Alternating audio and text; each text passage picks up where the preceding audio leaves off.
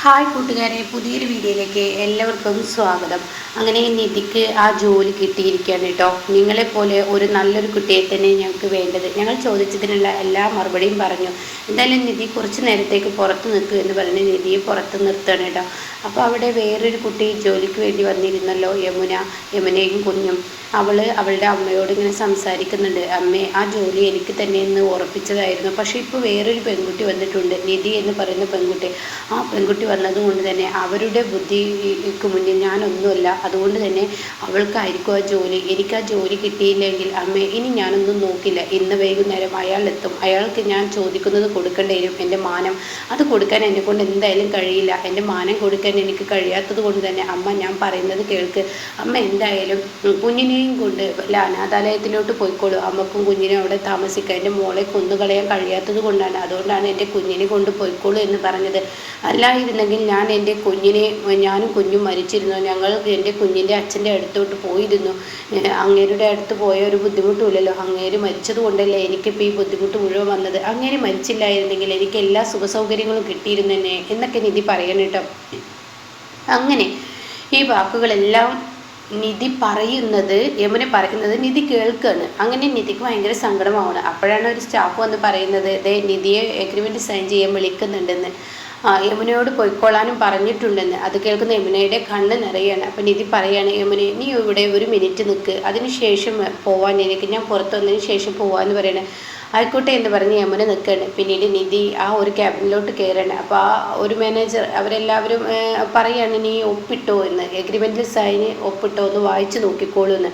ആ സമയം നിധി പറയുന്നത്, ഒരു നിമിഷം, എനിക്ക് ഈ ജോലി വേണ്ട സാർ. അതെന്താ കുട്ടി ഇങ്ങനെ പറയുന്നത്? അതെ, ഞാൻ ഈ ജോലി വേണ്ടെന്ന് വെച്ചാൽ ആ യമുന എന്ന് പറയുന്ന പെൺകുട്ടിയെ നിങ്ങൾ എടുക്കാവോ? അത് കേട്ടോടനെ, ഞങ്ങൾ ആ യമുന എന്ന് പറയുന്ന പെൺകുട്ടിയെ അവിടെ നിർത്തിയത് തന്നെ ഇനി വരുന്ന കുട്ടി യമുനയേക്കാൾ ബുദ്ധിയുള്ള കുട്ടിയാണെങ്കിൽ അവളെ എടുക്കാമെന്നും അല്ലെങ്കിൽ യമുനയെ എടുക്കാമെന്ന് കരുതിയിട്ടായിരുന്നു.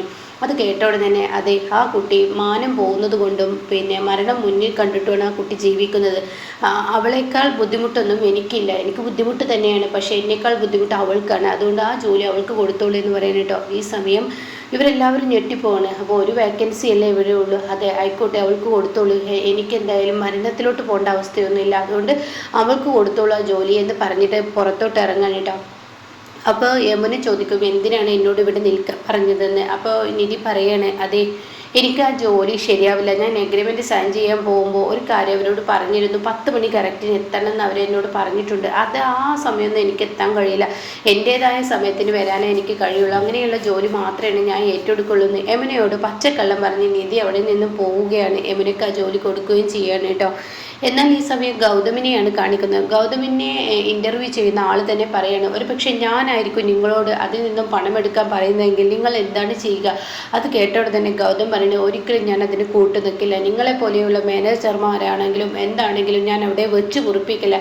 കാരണം ഒരു കമ്പനി കൊണ്ടു നടത്തിയിരുന്ന ഒരാളാണ് ഞാൻ. ഇങ്ങനെ കക്കലും തട്ടിപ്പും വെട്ടിപ്പും നടത്താനായിട്ട് ഞാൻ ഒരിക്കലും കൂട്ടു നിൽക്കില്ല. അയാൾ ആ ജോലിയിൽ നിന്നും ചെയർമാനോട് പറഞ്ഞ് ആ ജോലിയിൽ നിന്ന് പിരിച്ചുവിടാൻ നോക്കും എന്ന് പറയുമ്പോൾ, അപ്പോൾ നിങ്ങൾക്ക് ജീവിക്കാൻ പിന്നീട് ബുദ്ധിമുട്ടാവില്ലേ? എന്നേറ്റ് മുട്ടിക്കഴിഞ്ഞാൽ ഒരിക്കലുമില്ല, എനിക്കൊരു ബുദ്ധിമുട്ടുമില്ല. അവൻ്റെ മുഖം നോക്കി 4 കൊടുത്ത് ഞാനങ്ങ് പോവും. അത് നിങ്ങളാണെങ്കിലും ശരി. ഇങ്ങനെയുള്ള ജോലികൾക്ക് എനിക്ക് ആവശ്യമില്ല. ഇനിയിപ്പോൾ ഈ ജോലിയിലോട്ട് കയറാൻ പറഞ്ഞാൽ ഈ തട്ടിപ്പും വെട്ടിപ്പും നടത്തുന്ന അവരെ ഞാൻ കയ്യോടെ പിടികൂടി ചെയർമാനിൻ്റെ മുന്നിലോട്ട് ഇട്ട് കൊടുക്കും. എന്നിട്ട് നല്ല സത്യസന്ധമായി ജോലി ചെയ്യുന്ന ആളുകളെ മാത്രം ആ കമ്പനിയിൽ നിർത്തത്തുള്ളൂ. എന്നാൽ നിങ്ങൾക്ക് ഇവിടെ ജോലിയില്ല. അത് കേട്ട ഗൗതം പറയുന്നത്, എൻ്റെ ജോലി എനിക്ക് വേണ്ടിടും. താൻ അധികം ഈ സീറ്റിൽ ഇരിക്കില്ല. തൻ്റെ ചെയർമാനോട് പറഞ്ഞ് തനിക്കുള്ള പണി ഞാൻ വാങ്ങിച്ചു തരാം എന്നും പറഞ്ഞിട്ട് ഗൗതം അവിടെ നിന്നും ഇറങ്ങുകയാണ് കേട്ടോ.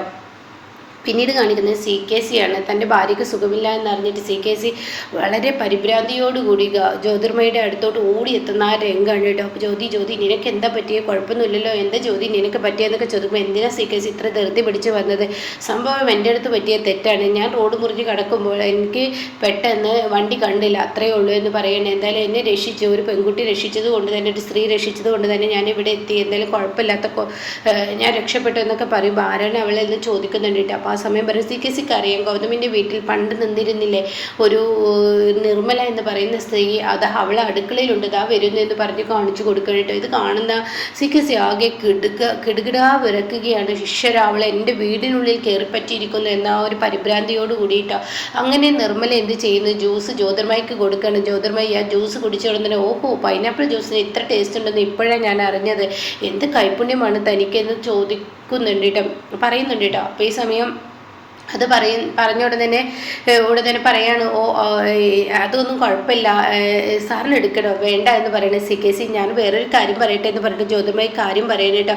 ഈ നിൽക്കുന്ന നിർമ്മലയുടെ കഥ കേട്ടാൽ ഞെട്ടിപ്പോവും. അവരുടെ ജീവിതചരിത്രമൊക്കെ ഹോസ്പിറ്റലിൽ ഇരിക്കുമ്പോൾ എന്നോട് പറഞ്ഞു, ഇവളെ ഒരാൾ സ്നേഹിക്കുകയും വയറ്റിലൊരു കുഞ്ഞുണ്ടാക്കി കൊടുക്കുകയും പിന്നീട് അയാൾ പണക്കാരിയായ ഒരു പെണ്ണിനെ കണ്ടപ്പോൾ അവളെ തിരക്കി പോവുകയും ഇവളെ ഉപേക്ഷിക്കുകയും ഇവളോട് മരിക്കാൻ പറയുകയും കുഞ്ഞിനെ കൊല്ലാൻ പറയുകയൊക്കെ ചെയ്ത് എന്ത് നീചനായ മനുഷ്യനാണ് അയാൾ. എന്നാൽ ആ ഒരു പ്രവൃത്തി ചെയ്തിട്ട് ഇവളൊന്നും ചെയ്തില്ല അയാൾക്ക് നേരക്ക്. മാത്രമല്ല ഇപ്പോൾ ഈ താമസിക്കുന്ന, അതായത് അവളെ ചതിച്ചു പോയിട്ട് അയാളുടെ ഭാര്യയോട് ആ വിവരമൊന്നും ഇവൾ പറഞ്ഞിട്ട് പോലും ഇല്ല എന്ന് പറയുമ്പോൾ ജ്യോതിർമയോട് നിർമ്മല പറയാം, അത് മാത്രമല്ല എൻ്റെ മാഡം, ഞാനിങ്ങനെ ഒരാളെ ചതിച്ചിട്ടുണ്ടെന്നോ അതുപോലെ തന്നെ വേറെ ഒരു കുഞ്ഞിന് കൊടുത്തിട്ടുണ്ടെന്നോ ഇപ്പോൾ കല്യാണം കഴിച്ചിരിക്കുന്ന ആ ഭാര്യയോട് പോലും അയാൾ പറഞ്ഞിട്ടില്ല എന്ന് സി കെ സിയുടെ മുഖത്ത് നോക്കി നിർമ്മല പറയുമ്പോൾ ഞെട്ടലോട് നിൽക്കണം കേട്ടോ. ഈ സമയം ജ്യോതിർമയി പറയാണ്, ഞാനായിരുന്നെങ്കിൽ, എൻ്റെ സ്ഥാനത്തായിരുന്നെങ്കിൽ ഞാൻ അയാളെ വെട്ടിക്കൊന്നിരുന്നു, അങ്ങനെയല്ലേ ചെയ്യേണ്ടത്, ആ സത്യങ്ങളെല്ലാം സ്ത്രീ എന്നോട് വന്ന് പറയുകയായിരുന്നെങ്കിൽ ഞാൻ അതാ ചെയ്യാന്ന് പറയുമ്പോൾ